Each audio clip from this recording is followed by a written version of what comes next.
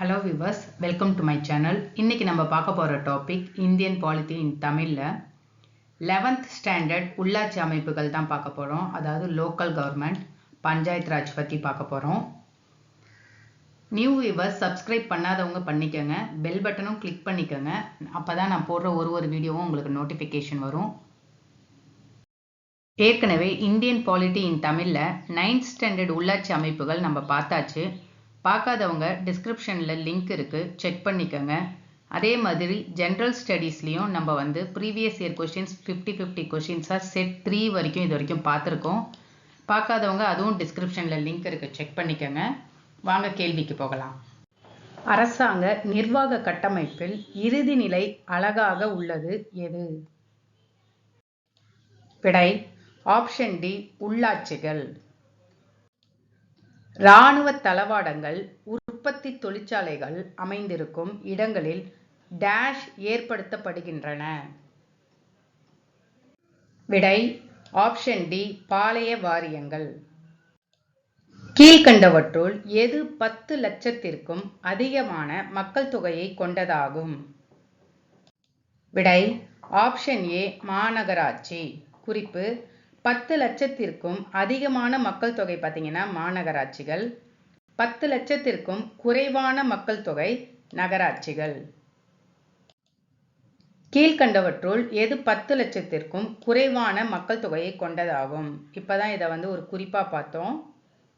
விடை option B, நகராட்சிகள். நகர் பாலிகாக்கள் தொடர்பான ஏற்பாடுகளை எந்த திருத்தம் கூறுகிறது? விடை ஆப்ஷன் சி, 74வது திருத்தச் சட்டம். குறிப்பு: நகர் பாலிகா அப்படிங்கிறது நகராட்சி என்றும் அழைக்கப்படுகிறது. கீழ்காணும் எந்த திட்டத்தின் மூலம் தண்ணீர் வசதியுடன் கூடிய கழிப்பறை அரசாங்கத்தால் ஒவ்வொரு வீட்டுக்கும் வழங்கப்படுகிறது? விடை ஆப்ஷன் சி, ராஜீவ் ஆவாஸ் யோஜனா. இந்த ராஜீவ் ஆவாஸ் யோஜனா பார்த்தீங்கன்னா இந்திய அரசாங்கத்தால் ஜூன் 2011 தொடங்கப்பட்ட ஒரு வீட்டு வசதி திட்டமாகும். உள்ளாட்சி அரசாங்கங்கள் விதிக்கும் சில வரிகள் என்ன? விடை சொத்து வரி, தொழில் வரி, குடிநீர் வரி. அதனால இதோடைய விடை பார்த்தீங்கன்னா ஆப்ஷன் டி, இவை அனைத்தும். ஜைன மதத்தை தோற்றுவித்தவர் யார்? விடை ஆப்ஷன் ஏ, மகாவீரர். ஜைன மதத்தை தோற்றுவித்தவர் மகாவீரர். அர்த்த சாஸ்திரம் என்ற நூலை எழுதியவர் யார்?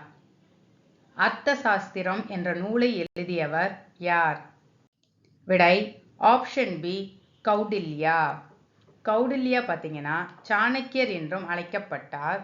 அது மட்டும் இல்லாமல் அவர் அர்த்த சாஸ்திரம் மற்றும் சாணக்கிய நீதி ஆகியவற்றை எழுதினார். இது சாணக்கிய நீதி சாஸ்திரம் என்றும் அழைக்கப்படுகிறது. மௌரியர்களின் ஆட்சி காலத்தில் நிர்வாக அலகுகளாக இருந்தது எது?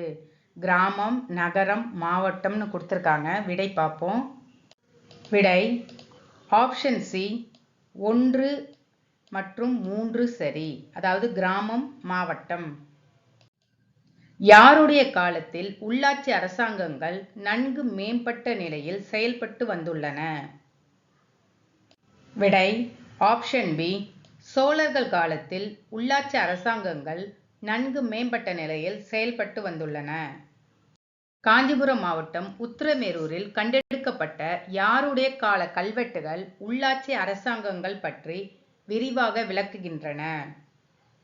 விடை ஆப்ஷன் ஏ, முதலாம் பராந்தக சோழன்.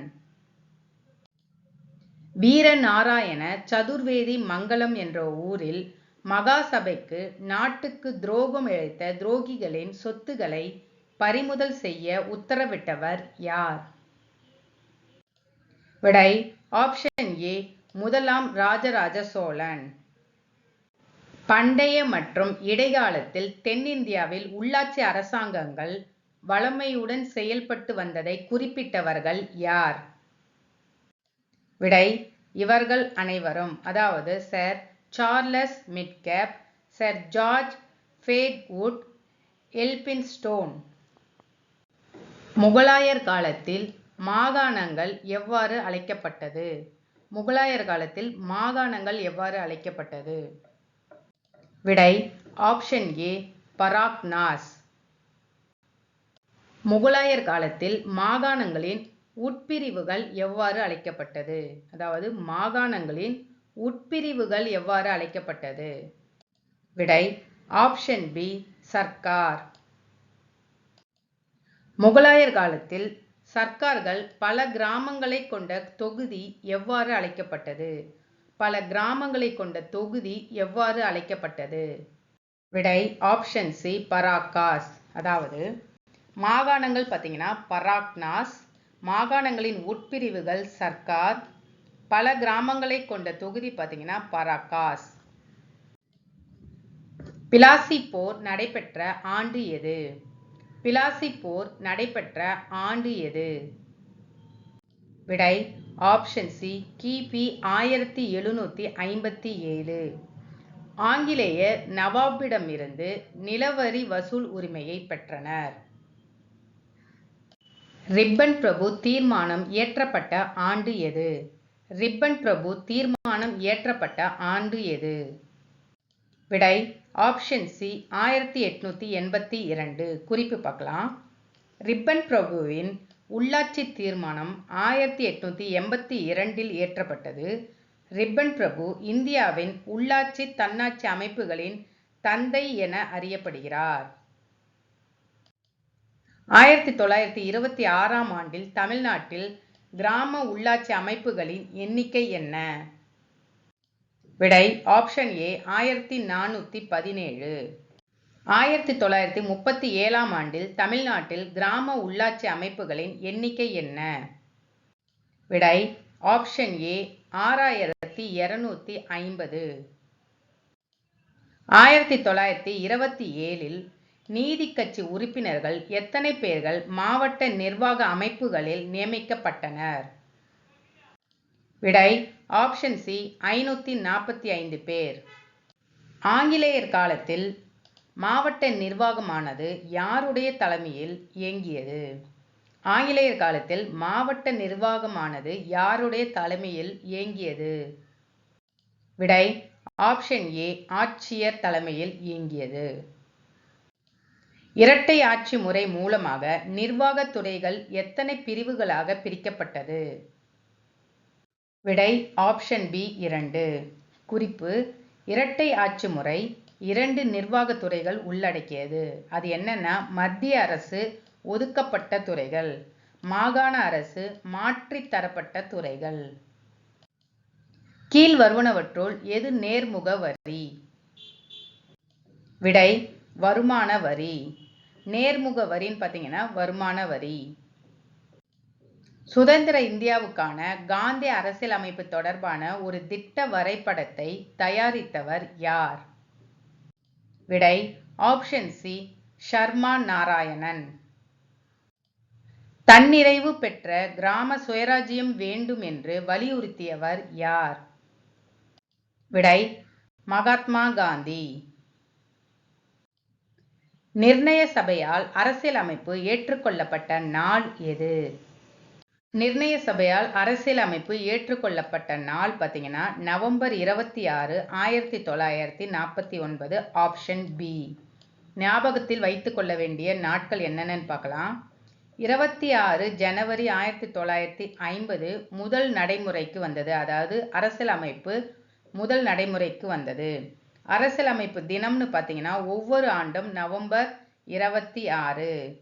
அரசியலமைப்பு தினம் சம்விதன் திவாஸ் என்றும் அழைக்கப்படுகிறது.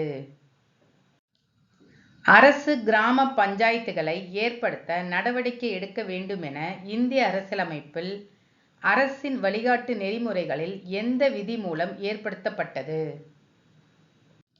விடை ஆப்ஷன் சி சரத்து 40. சமூக மேம்பாட்டு திட்டம் எந்த ஆண்டு தொடங்கப்பட்டது? சமூக மேம்பாட்டு திட்டம் எந்த ஆண்டு தொடங்கப்பட்டது? விடை ஆப்ஷன் ஏ 1952. சமூக மேம்பாட்டு திட்டம் அப்படிங்கிறது கம்யூனிட்டி டெவலப்மெண்ட் ப்ரோக்ராம். பஞ்சாயத்து அமைப்புகளின் செயல்பாடுகளை பற்றி ஆராயவும் அதனை செம்மைப்படுத்தவும் இந்திய அரசாங்கம் 1977ஆம் ஆண்டு யார் தலைமையில் ஒரு குழுவை அமைத்தது? விடை ஆப்ஷன் ஏ அசோக் மேத்தா. மாவட்ட பஞ்சாயத்து நேரடியாக மக்களால் தேர்ந்தெடுக்கப்பட்ட அமைப்பாக இருக்க வேண்டும் என பரிந்துரை செய்த குழு எது? விடை ஆப்ஷன் பி அசோக் மேத்தா குழு. 1978ஆம் ஆண்டு அசோக் மேத்தா குழு தனது பரிந்துரையை சமர்ப்பித்தது.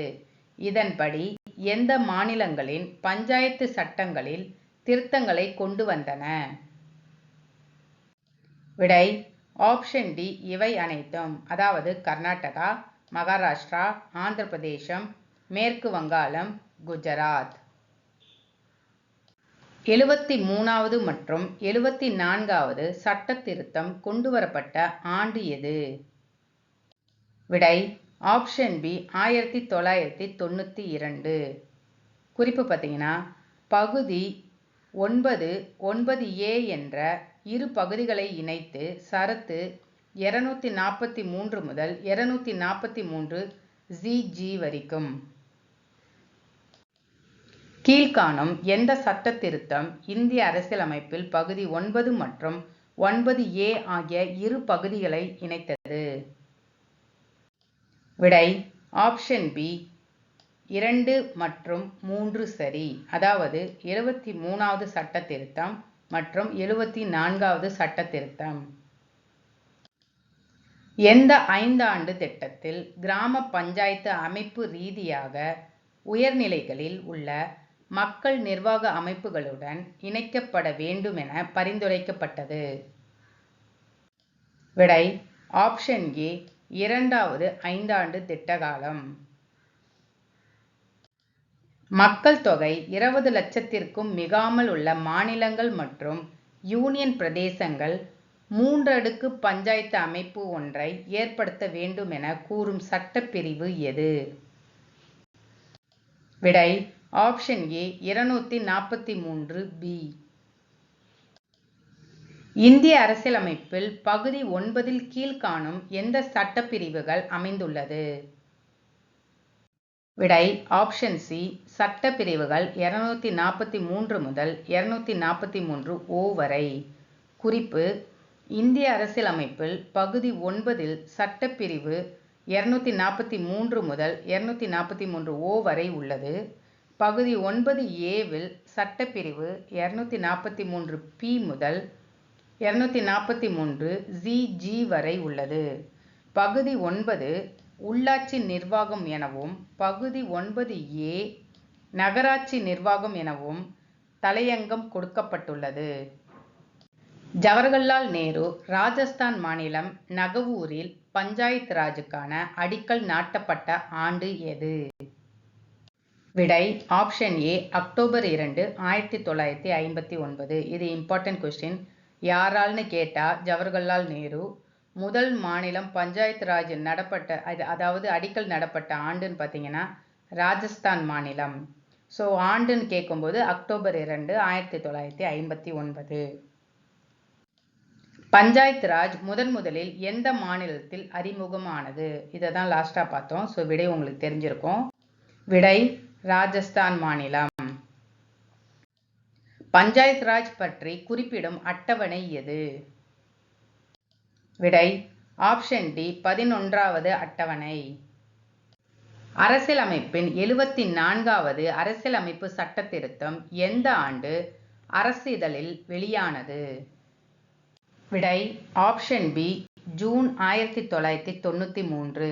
குறிப்பு: 74வது அரசியலமைப்பு சட்ட திருத்தம் 1992ஆம் ஆண்டு நிறைவேற்றப்பட்டு ஜூன் 1993ஆம் ஆண்டு அரசிதழில் வெளியிடப்பட்டது.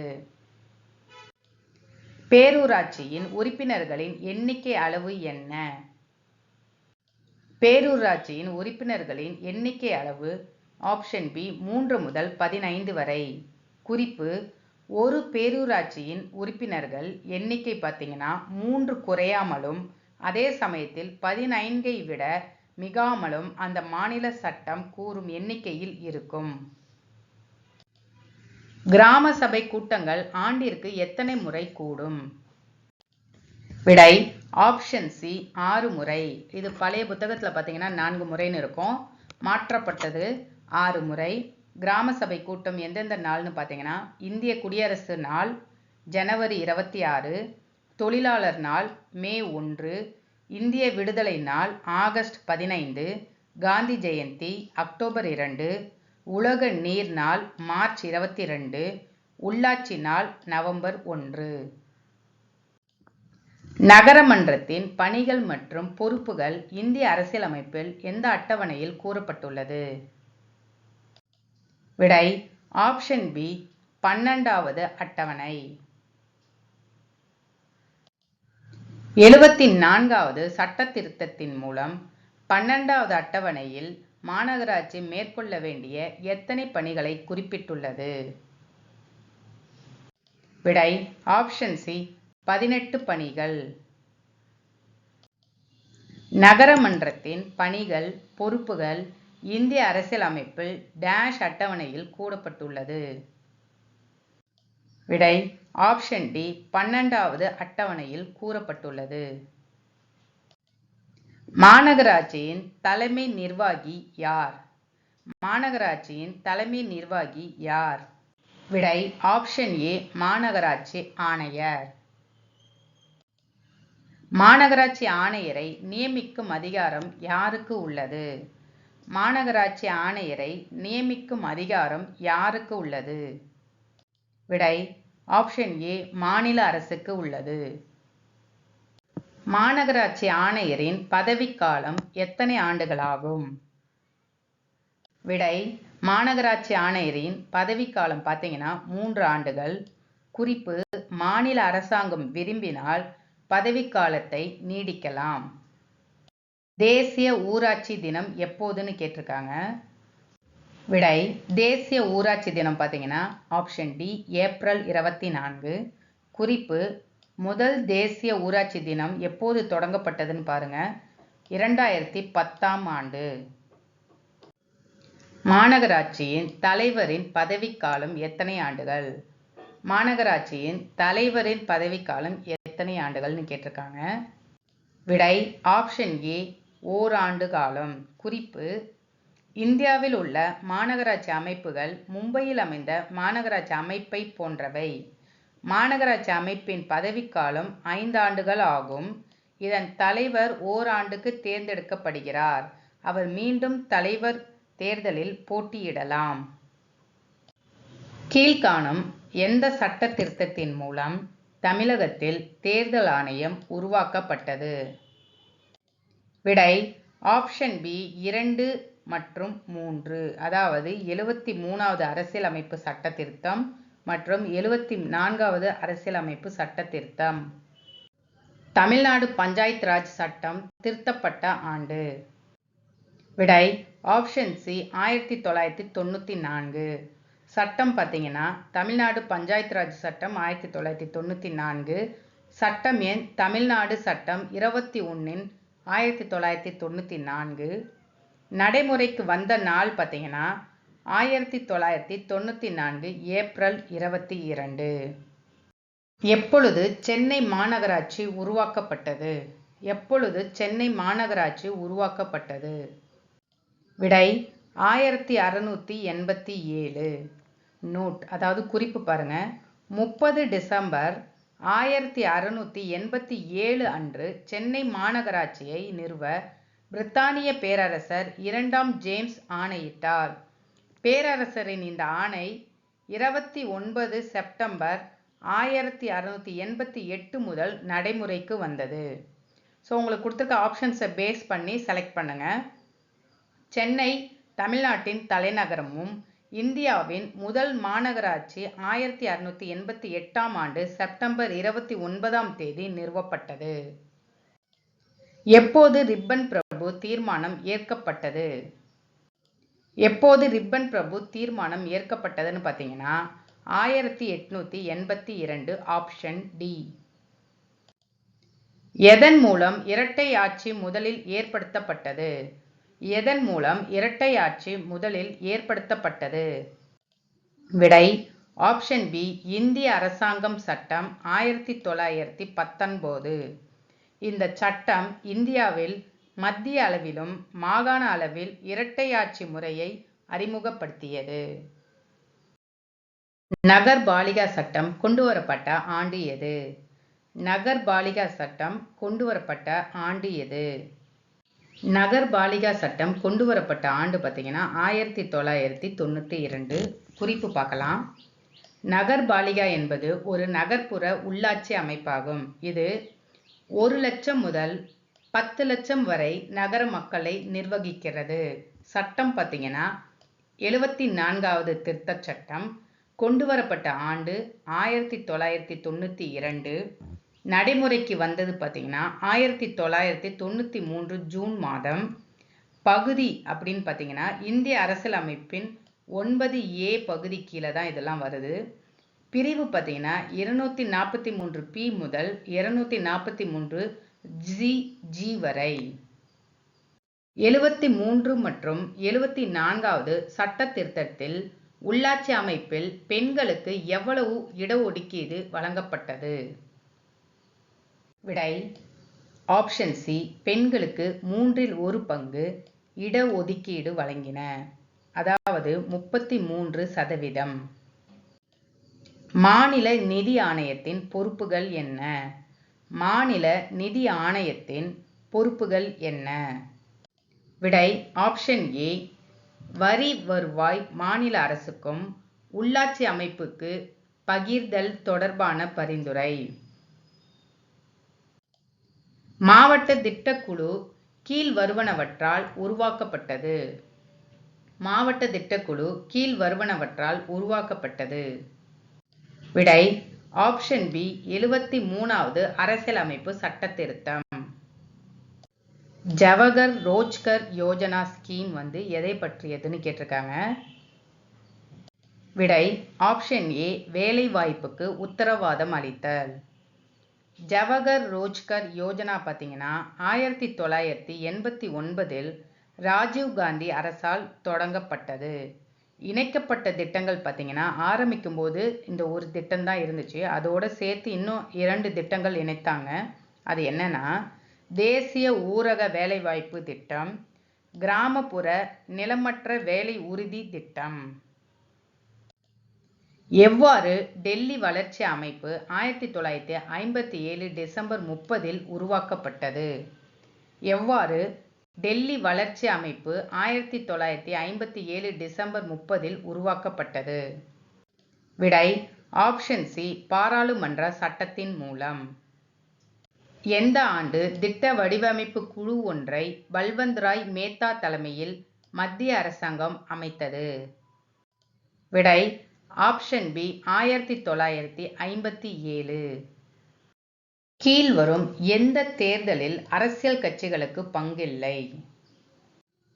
விடை ஆப்ஷன் சி பஞ்சாயத்து தலைவர் மற்றும் வார்டு உறுப்பினர் தேர்தல்.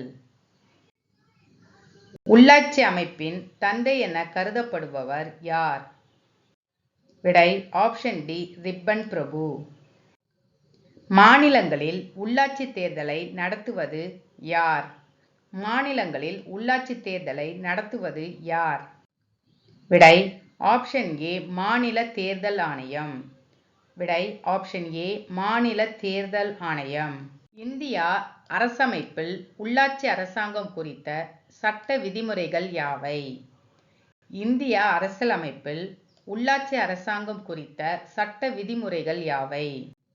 விடை ஆப்ஷன் ஏ உறுப்பு 40, உறுப்பு 243 முதல் 243 ஓ, உறுப்பு 243 பி முதல் 243 ஜி. அரசியலமைப்பு சட்டத்தின்படி 3 அடுக்குகளை கொண்ட பஞ்சாயத்து ராஜ் அமைப்பினை பொறுத்துக. கூற்று காரணம் கொடுத்திருக்காங்க. கூற்று பார்க்கலாம்.